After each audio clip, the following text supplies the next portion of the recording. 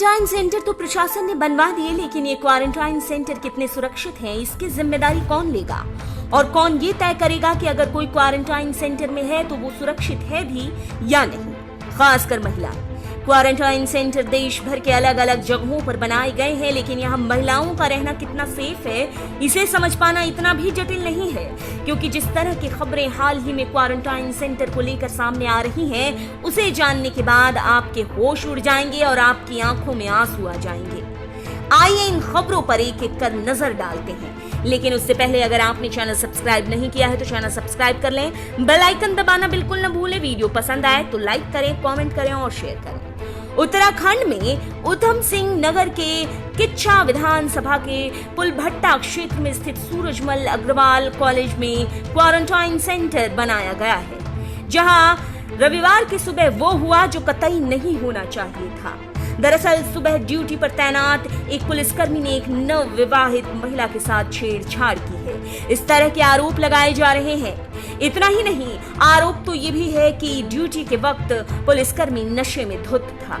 फिलहाल आरोपी को तत्काल प्रभाव से निलंबित कर दिया गया है। पुलभट्टा थाने में रेप करने की कोशिश के साथ साथ अलग अलग धाराओं में पुलिसकर्मी के खिलाफ केस भी दर्ज कर लिया गया है और उसे गिरफ्तार कर लिया गया है। पीड़ित महिला के मुताबिक आरोपी पुलिसकर्मी जगदीश नाथ ने महिला के पास आकर महिला वार्ड में जाने को कहा। उसने कहा कि जिस वार्ड में वो अभी है वो पुरुषों का है। ऐसे में महिला दूसरे बिल्डिंग में चली गई जहां कोई था ही नहीं। इसी दौरान आरोपी वहां आया और उसके साथ छेड़छाड़ करने लगा, यहाँ तक कि उसके कपड़े तक फाड़ डाले और महिला के साथ मारपीट भी की। महिला को शायद इस बात का अंदाजा ही न हो कि एक रक्षक इस कदर वहशी पने पर उतर आएगा। महिला वहां से भागी, जिसके बाद उसके गांव से आए कई लोग क्वारंटाइन सेंटर पहुंच गए। एसडीएम के सामने महिला ने अपना बयान दर्ज करवाया है। ये तो था एक क्वारंटाइन सेंटर का मामला, लेकिन उत्तराखंड में ही एक और क्वारंटाइन सेंटर का हाल जानकर तो आपकी रूह कांप उठेगी। यहाँ के पौड़ी कोतवाली इलाके के एक सेंटर में तो नाबालिग के साथ ही छेड़छाड़ की वारदात को अंजाम दिया गया। फिलहाल पुलिस ने आरोपी युवक के खिलाफ केस दर्ज कर लिया है और उसे गिरफ्तार कर लिया है। मामला कोतवाली इलाके के एक गांव के आंगनबाड़ी केंद्र में बने क्वारंटाइन सेंटर का है, जहां एक नाबालिग जो देहरादून से अपने 2 छोटे भाइयों के साथ आई थी और इन तीनों को एक युवक यहाँ लेकर आया था, जिसे तीनों का दूर का रिश्तेदार बताया गया। 15 मई को तीनों भाई बहन अपनी क्वारंटाइन का समय पूरा कर घर लौटे तो लड़की ने अपनी ताई को 14 मई की रात युवक के द्वारा की गई छेड़छाड़ की वारदात को बता दिया, जिसके बाद नाबालिग लड़की के ताऊ ने कोतवाली में इस बारे में शिकायत दर्ज करवाई। ये तो इंसानियत को शर्मसार करने वाले मामले हैं, जब ऐसी दुख की घड़ी में भी दरिंदे ऐसी वारदातों को अंजाम देने से बाज नहीं आते।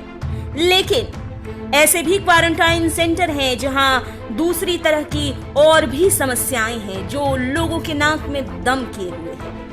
उत्तराखंड में नैनीताल के बैताल घाट के प्राइमरी स्कूल में बनाए गए संस्थागत क्वारंटाइन सेंटर में एक बच्चे की जान सांप ने डसकर ले ली। दिल्ली से इलाज कराकर लौटे अपने परिवार के साथ सोमवार की सुबह बच्ची क्वारंटाइन सेंटर पहुंची थी कि 4 साल की इस मासूम बच्ची को सांप ने डस लिया, जिसके बाद बच्ची को 108 सेवा के जरिए बैताल घाट के सामुदायिक स्वास्थ्य केंद्र में ले जाया गया, लेकिन उसकी मौत हो गई। कोरोना वायरस के संक्रमण को रोकने के लिए क्वारंटाइन सेंटर बनाए गए, लेकिन जब इन क्वारंटाइन सेंटर में ही ऐसी हालत है तो भला लोग जाए तो जाए कहां?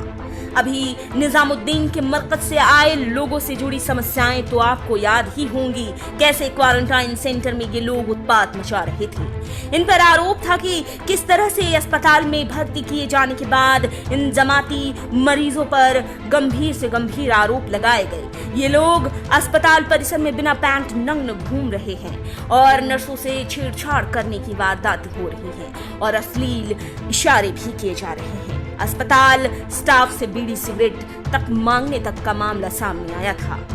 जमातियों से जुड़े ऐसे मामले और आरोप अप्रैल में काफी ज्यादा सामने आए, लेकिन क्वारंटाइन सेंटर के ये हालात कितने सुधरे हैं इसका अंदाजा इसी बात से लगाया जा सकता है कि अब अलग अलग क्वारंटाइन सेंटर में रेप करने की कोशिश और छेड़छाड़ तक के मामले सामने आने लगे हैं, चाहे आरोपी एक पुलिसकर्मी हो या फिर कोई आम नागरिक। इस तरह की घटनाएं कोरोना के संकट को और बढ़ा देने वाली है।